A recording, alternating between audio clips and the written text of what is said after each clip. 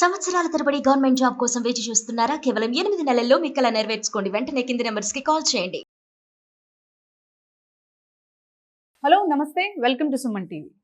ప్రస్తుతం మనకి ఆపరేషన్ సింధూర్ గురించి మన అందరికీ తెలుసు. ఇది ఆపరేషన్ సింధూర్ మనకి మిడ్ నైట్ జరిగిన విషయం. 144 అరౌండ్ మనకి సింధూర్ ఆపరేషన్ అనేది జరిగింది.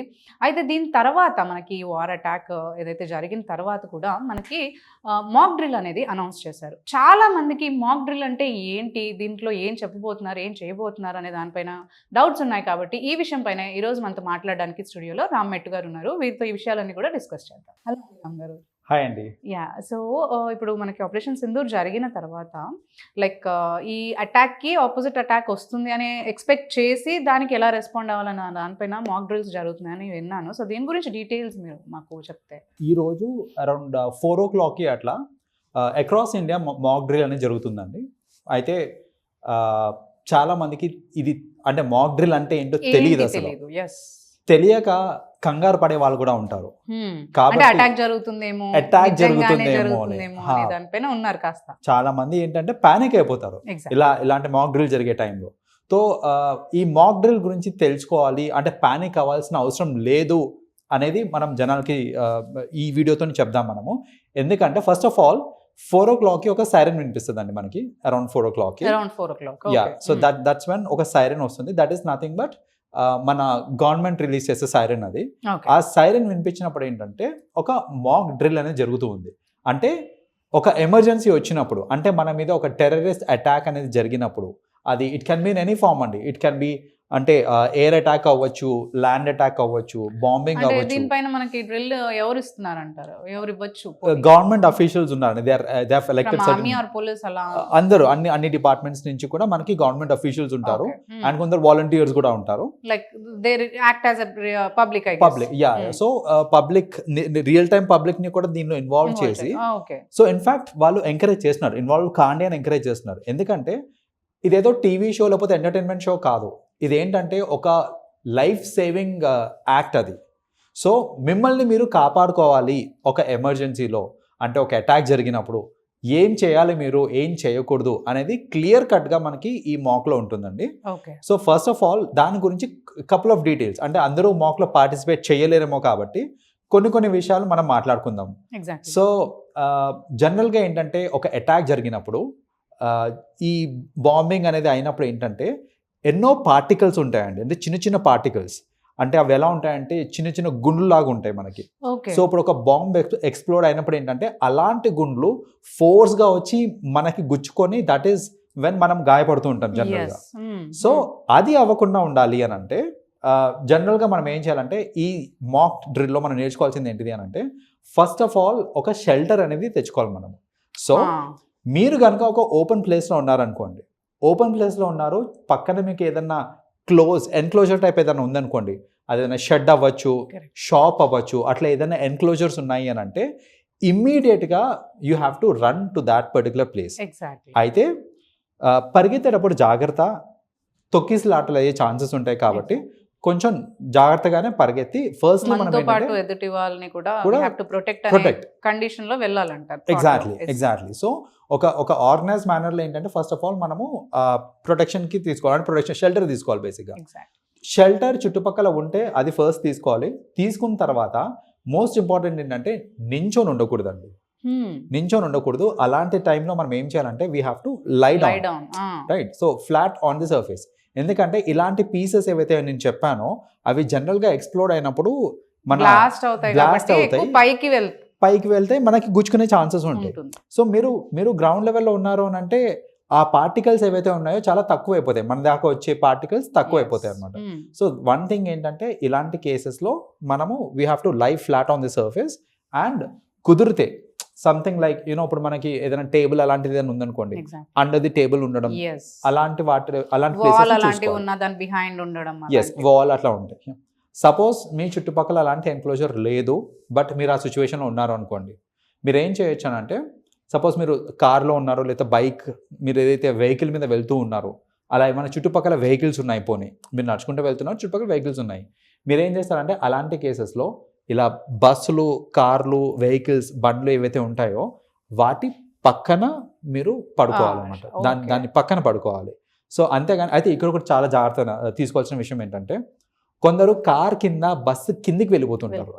సో వెహికల్స్ మూవ్, సో అప్పుడు ప్రాబ్లం అవుతుంది. అంటే మీరు కార్ కింద బస్సు కింద వెళ్ళిపోకండి. మీరు అన్మూవబుల్ ప్లేసెస్ ఉంటాయి, లైక్ టేబుల్ ఇలాంటివి చెప్పాను కదా, అలాంటి వాటి కిందికి వెళ్ళొచ్చు. కానీ బస్సులు కార్లు కిందికి వెళ్ళొద్దు. వాటి పక్కన మీరు ఫ్లాట్గా పడుకొని ఉండాలి. So that is how you can save your self. మీరు కనుక మీ ఇంట్లో ఉన్నారు, రైట్, ఇంట్లో ఉన్నారు అంటే కనుక మీకు అలార్మ్స్ అవి వినిపించినప్పుడు మీరు చేయాల్సిన ఫస్ట్ థింగ్ ఏంటిది అని అంటే, లైట్స్ అన్నీ ఆఫ్ చేసేసేయండి. ఇది చాలా ఇంపార్టెంట్. మీకు అలార్మ్ వినిపించినాక మీరు ఇంట్లో ఉన్నారు అని అంటే ఫస్ట్ లైట్స్ అన్ని ఆఫ్ చేసేయాలి. అసలు గవర్నమెంట్ వాళ్ళ సైడ్ నుంచి కరెంట్ కట్ చేసేస్తుంది. ఇలాంటి ఎమర్జెన్సీ సిచ్యువేషన్ వచ్చినప్పుడు గవర్నమెంట్ ఏంటంటే వాళ్ళ సైడ్ నుంచి కరెంట్ కట్ చేస్తుంది. కానీ మనకి ఈ మధ్యన ఉన్న ఈ ఫెసిలిటీస్ వల్ల, ఈ ఇన్వర్టర్ ఫెసిలిటీస్ లేకపోతే జనరేటర్ ఫెసిలిటీస్ వల్ల కరెంట్ పోగానే మన లైట్స్ ఇంకా ఆన్ అయి ఉంటాయి. సో ఇలాంటి కేసెస్లో మనం ఏంటంటే మాన్యువల్గా లైట్స్ అన్ని ఆఫ్ చేసేయాలి. లైట్స్ ఎక్కడ కూడా లైట్స్ ఏది పెట్టకూడదు. ఇది ఎందుకు అని అంటే రీజన్ ఏంటంటే, జనరల్గా ఎయిర్ అటాక్ అయ్యే టైంలో, సపోజ్ ఎయిర్ అటాక్ అవుతుంది అనుకోండి, ఇవన్నీ మోస్ట్లీ నైట్ టైమ్స్లోనే అవుతూ ఉంటాయి మనకి అటాక్స్ ఏది ఉన్నా సరే. సో కింద లైట్స్ వెలుగుతున్నాయి అని అంటే, ఒక పర్టికులర్ ప్లేస్లో లైట్స్ వెలుగుతున్నాయి అని అంటే విచ్ మీన్స్ అక్కడ జనాలు నివసించే ప్లేస్ అనేసి ఒక అర్థమైపోతుంది వాళ్ళకి. సో అలాంటి ప్లేసెస్లో అటాక్స్ అయ్యేదానికి ఛాన్సెస్ ఉంటాయి. మీరు అదే కనుక లైట్స్ ఆఫ్ చేసేసుకున్నారనుకోండి, చీకట్లో అదంతా ఏం కనపడదు.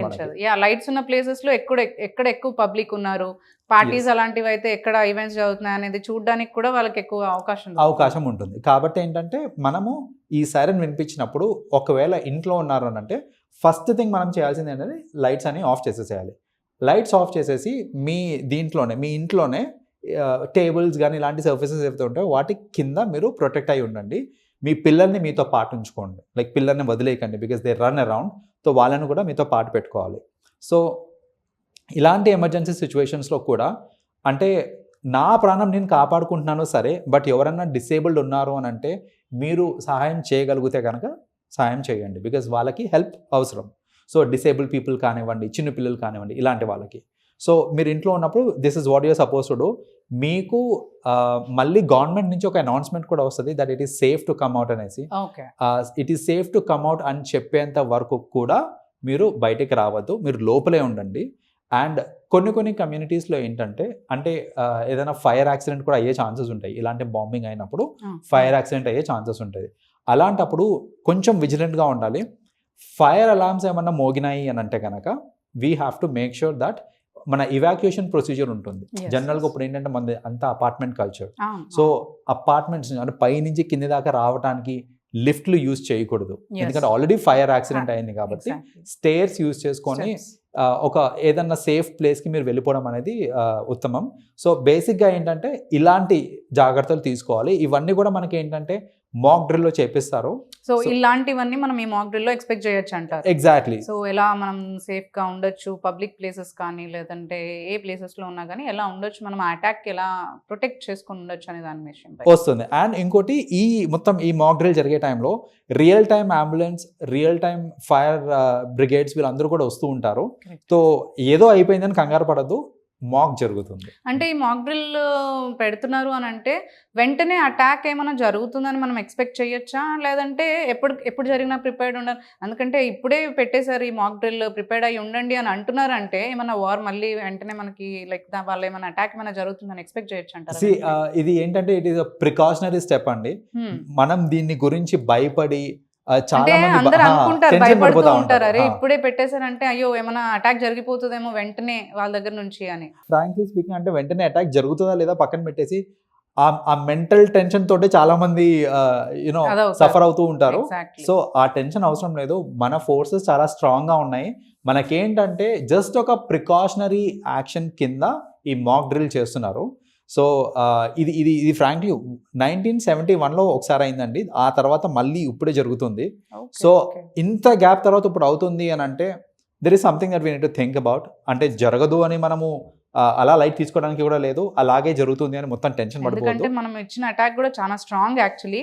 Right. వాళ్ళకి కూడా అనిపించుండొచ్చు ఆన్సర్ ఇవ్వాలని. మీరు అన్నట్టు ఇంతకు ముందు కూడా మనకి వాళ్ళు ప్రిపేర్డ్ లేరు, యాక్చువల్లీ అటాక్కి Right. ప్రిపేర్ లేరు, అండ్ అటాక్ ఇవ్వడానికి ఆన్సర్ చేసి అటాక్ ఇవ్వడానికి కూడా వాళ్ళు ప్రిపేర్ లేరు. యాక్చువల్లీ రిసోర్సెస్ లేరు, మనుషులు లేరు. ఇప్పుడు అటాక్స్ డెమాలిష్ చేసిన హెడ్ క్వార్టర్స్ కూడా చాలా పెద్ద హెడ్ క్వార్టర్స్ అవి. Correct. So main head quarters వాళ్ళ టెర్రరిస్ట్ హెడ్ క్వార్టర్స్ అనేవి. సో ఆ పర్సన్స్ కూడా మేబీ లేకపోయి ఉండొచ్చు అని అనుకోవచ్చు. ఎగ్జాక్ట్లీ. సో కంగారు పడద్దు, బట్ ఏంటంటే కొంచెం జాగ్రత్తగా ఉండి ఉండాలి అనే ఇలాంటి precaution. మాక్స్ ని మీరు కూడా చేస్తే ఏంటంటే ఇప్పుడే కాదు ఫ్యూచర్ కన్నా కూడా మనకి ఉపయోగపడుతుంది.